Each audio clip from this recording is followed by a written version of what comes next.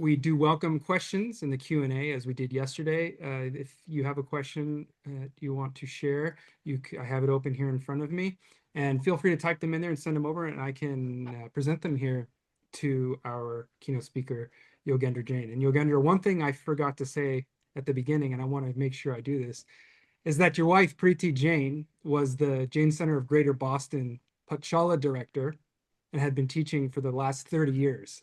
So really special to have her kick off the conference with Namaskar Mantra as well. So thank you for you both for your participation.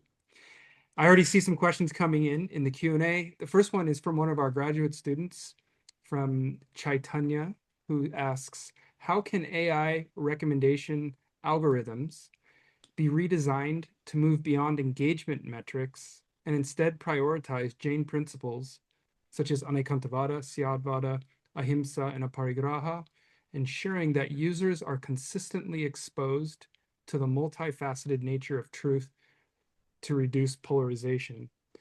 And I suppose I was thinking something similar along the lines that I can add in there, which was basically along these lines, how can we train AI in Jain philosophy? And have you seen attempts at doing that? Because I've seen, Oxford ethicists are at Claude. Is there a Jain ethicist at, X company or Y company? I'd be curious to hear your thoughts on this. Wow, that is a holy grail for us. If we can do that, and here's the thing, uh, without having thought a lot about this, are we willing to pay $10 a month to get this kind of engagement with our AI? And if we are, easy. It's all the path to money. And the reason advertisements in the background, number of hits and so on are coming in, because those things are what is exciting us, and someone needs to make money at the end of the day. The content creators and the people who are streaming the content to us and these companies. So I believe that that is the solution. And if we do that, we can have an extremely interesting version of TikTok, extreme version of Instagram, and so on at the same time. We don't close it so tight that we don't get to see other views. As long as people can decide what their filter level is. There are some people who say, you know what, Jain scriptures are the only way to go. Others may say, no, I want to get other views also. So I'll keep my answer short. I'll try. Oh, that was great. I would love to see a Jain trained versions of all the things you're saying, because I mean this is already happening with other philosophical approaches, and I think it would be a fantastic thing. So let's put that one on the back burner as a project, because that sounds really exciting. Yeah. So here, Atul Shah, someone who's worked with us before. Good to have you here with us, Atul, one of our faculty members as well, said, excellent and deep analysis, Yogendra. Contemporary science and education have separated character from knowledge. You are asking the two to be entwined. Doesn't that shift pedagogy completely? So science and education being brought back together, I suppose, is what he's asking. Hey, good to see you. We had actually started a magazine a long time back, and it was editor Jain Spirit magazine. Uh, I am sorry, but I did not fully comprehend that question. If you want to try again, I would love to hear it. Let me try again, because I think I need to read it again for myself. So he said, contemporary science and education have separated character from knowledge.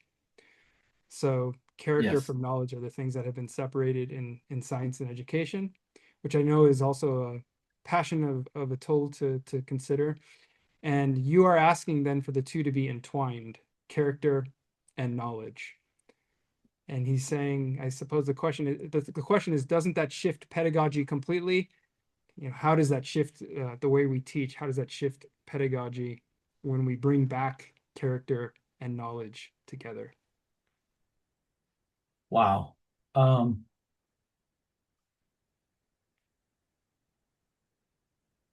First of all, I think we don't do such a good job of character building We don't do such a good job. Okay, let me not just talk about the Jain kids and so on, but otherwise.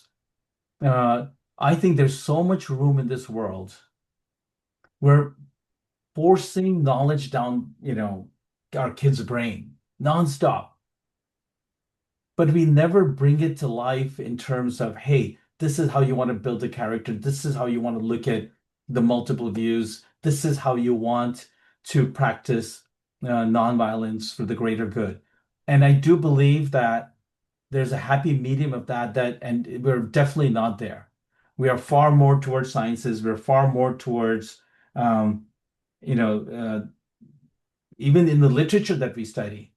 Even I remember, you do liberal arts, you read a lot of books, but there's very little talk about, hey, this character was, practice nonviolence. This was look at the multiple views that this was looking at. I think some of that has to be brought in as more of character building.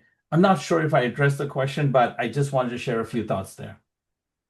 Yeah, absolutely. I think there are ways and there are pedagogies for certainly bringing together character and knowledge, and you've addressed that quite well. And I know it's also a passion of Atul's, so thank you, Atul, for asking that question.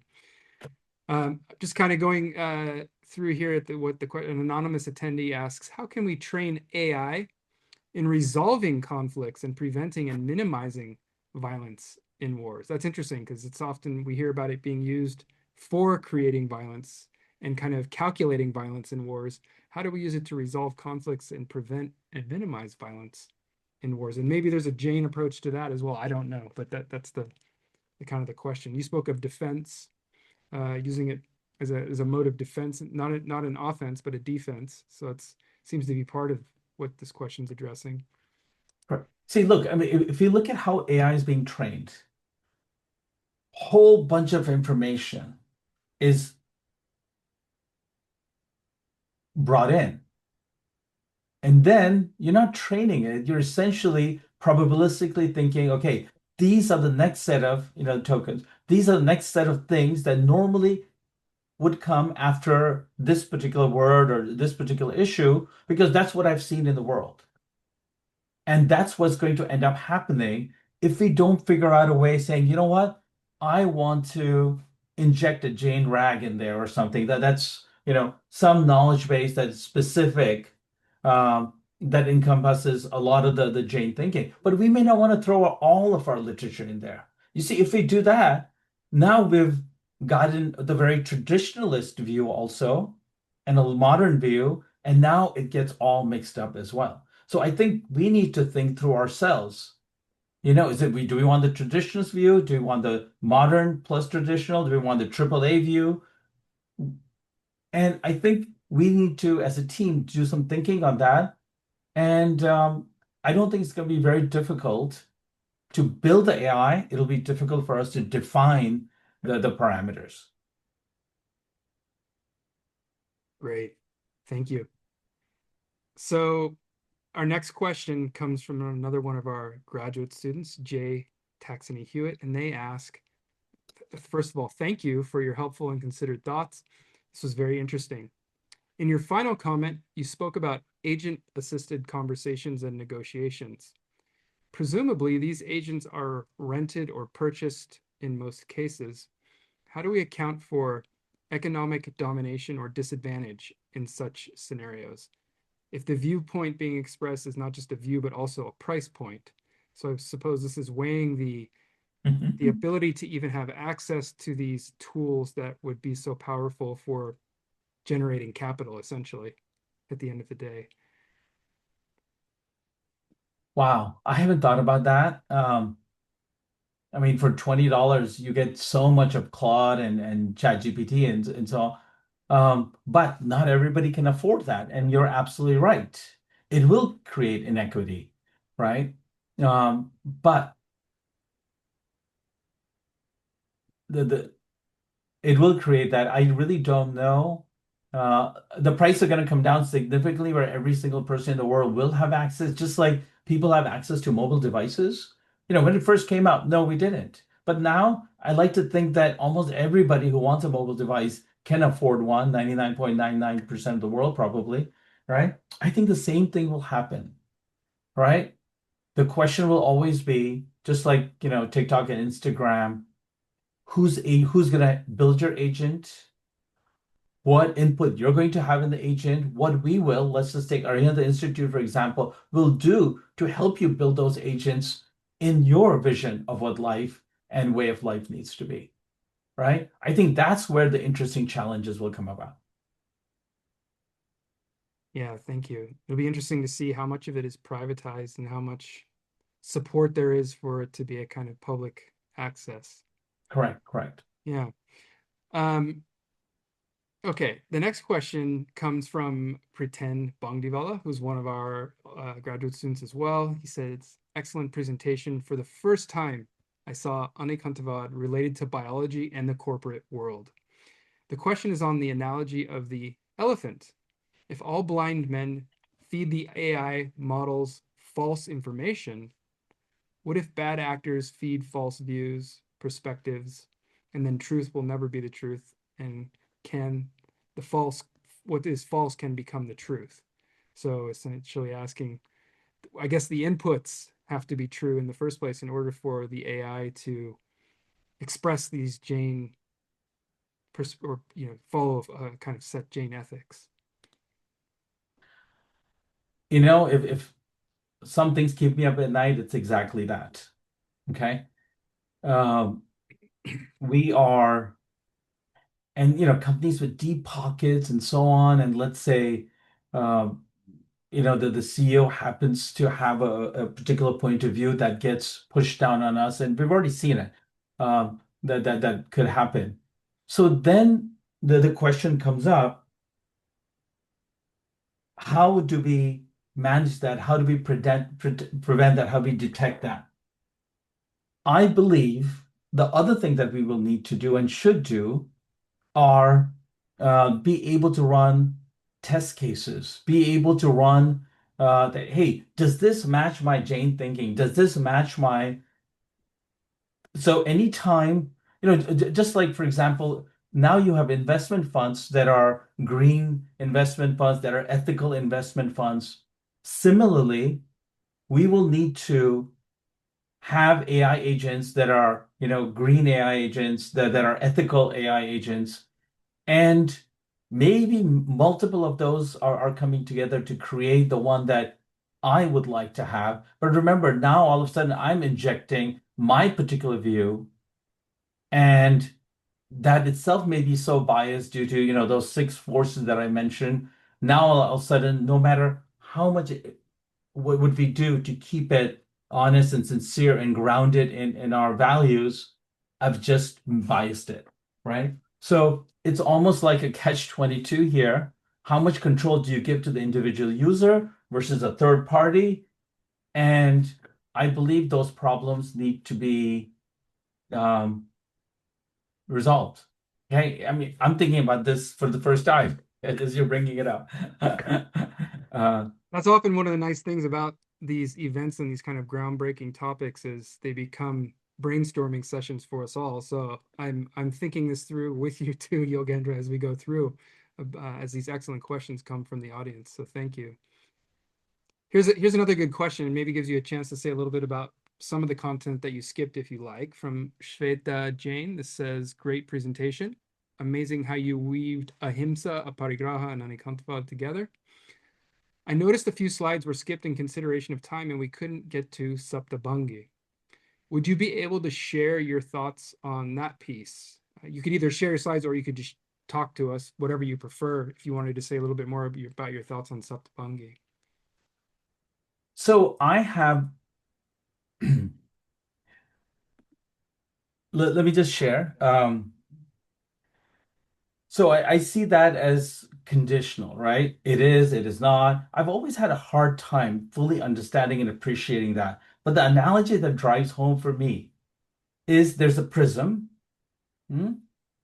And on one side, there's a light coming in, and then there are seven different light breaks up into seven different colors, right? It is not, but the same light now has seven different components.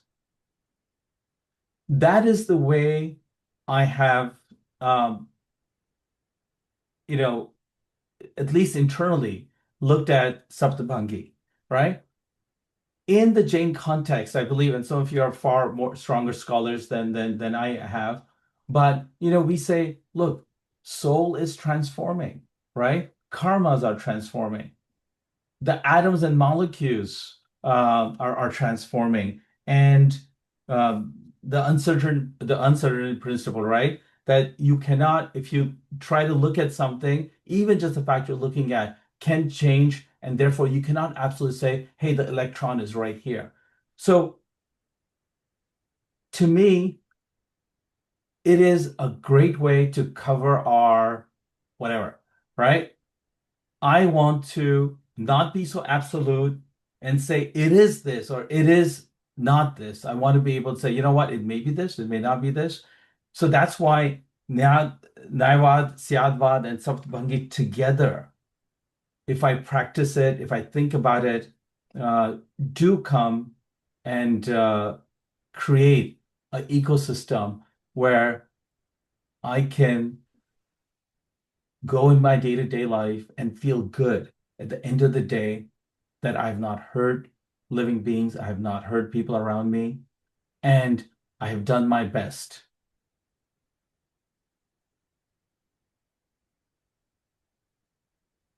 Thank you. Yeah, were you finished with that thought? Yeah. Yeah.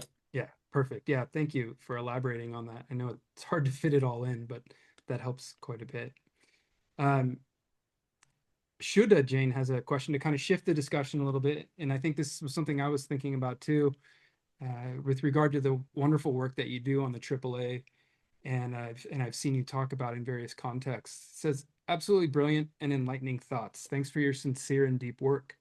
Could you please share your thoughts on application of Jain principles, Anikantavad, Syadvad, Ahimsa into larger perspectives on sustainability? Exploring the Jain values towards UN Sustainable Development Goals to contribute to the larger issues for the future, ranging from biodiversity conservation, climate action, peace, clean energy, sustainable communities, and mental well being, just to name a few. So I think sustainability is the question, and how those principles that you've discussed in this presentation can help with regard to the UN's sustainability goals. I believe the AAA should be our core, just as you go to the gym to strengthen your physical core. If and so we've actually started this project with the Jaina LRP, and I'm leading the project on the AAAs, trying to get the AAA signage in every single temple in the world. Jain temples start with, of course. And then every home should have a little thing, maybe, where it has AAA elaborated. And then we have some samples of those. I cannot think of a more powerful strengthening of the or developing of inner core with that. And if that happens, I think what you're talking about, sustainability, will be the byproduct of that. Okay. Right now, we have not done a good enough job of imbibing the triple A's or sharing the triple A's with the rest of the world. We have held it internally. I don't know what we're holding for. These treasures are so applicable. And we are too busy in our own temples doing, whatever we do. I'm sorry, I don't mean to get, but why are we not sharing out at all? Okay. And that is why we will not see the world changing. That is why the triple A's will never see the light of day, right? Right. I believe that, one second. So I just want to, there was one slide that I had that was exactly talking to that particular point. No, this is still very tactical. Sorry. I thought I had something on that. But all I can say is we as Jains have made a negligible dent. And I think AAA, the Nekantva, the Parigra, and Ahimsa are the way to move this into the mainstream. And we need to think through that. and sustainability is going to be the natural output of that. Thank you, Yogendra. So I think we have time for at least one more question here. I'm trying to see where there's a new one popping up here at the bottom from an anonymous attendee who says AI takes a lot of power and water to run, which can be hard on the planet. Building the computers for AI also creates waste and used materials that can hurt nature. Even simple AI tasks like making a picture uses a surprising amount of energy. So according to Jainism, should we use it much or not?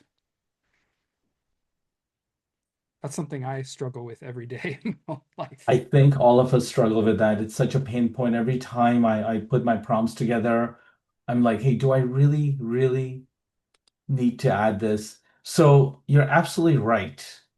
I don't have a good answer for that.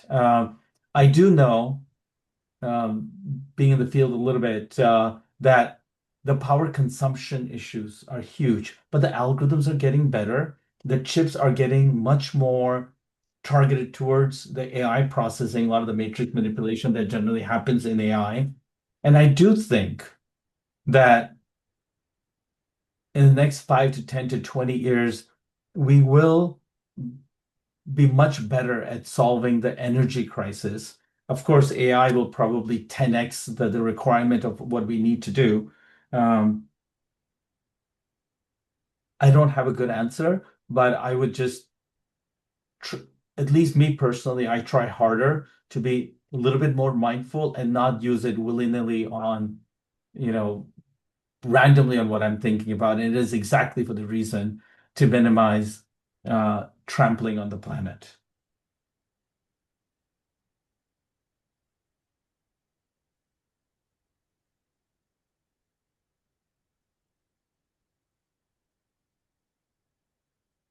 Chris, you're muted or Sorry about that. Thank you. I was reading the Swiss newspaper here recently about all the ways that they're taking the heat and the byproducts of the AI that is potentially environmentally destructive or will add to climate warming and all of these things and using it to heat the homes in Geneva.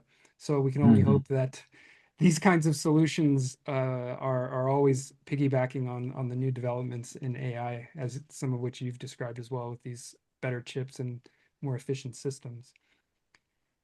Thank you so much, Yogendra. I didn't know if there's anything else you want to say before we transition to the next panel, but I am so happy that you agreed to give our keynote speech when I invited you. And you've made a very clear, as I said, and sincere talk that was very well thought out. And I can tell from the engagement we've had how much the audience has enjoyed it. Great. Now, look, bottom line, please don't take this as a negative thing. Um, Neuroplasticity is now real. I mean, 50 years ago, they said, no, we can rewire our brains. And one thing I didn't talk about is how to strengthen that bridge that I taught, the nekatwa. And there are ways to do that. And they're not very hard, very difficult, but it is something we have to be mindful of. So when we have our interactions, just like when we eat food, we're so careful. Let it be that when we do have such interactions, we are aware, and we will continue strengthening that. So with that, Jai Jain, thank you very much. Thank you, Dr. Miller. Thank you, Praveen Jain, Dr. Praveen Jain, for giving me the time and the place to talk about this. Thank you again, Yogendra. And there are some open questions in the Q&A. If you want, you can type answers to them. That would I be will do just that. fine. Yeah. Parveen, were you going to say something before I head to the no, next panel? No. no. Okay, great. Well, that was a wonderful way to kick off our day. Thank you so much, Yogendra Jain.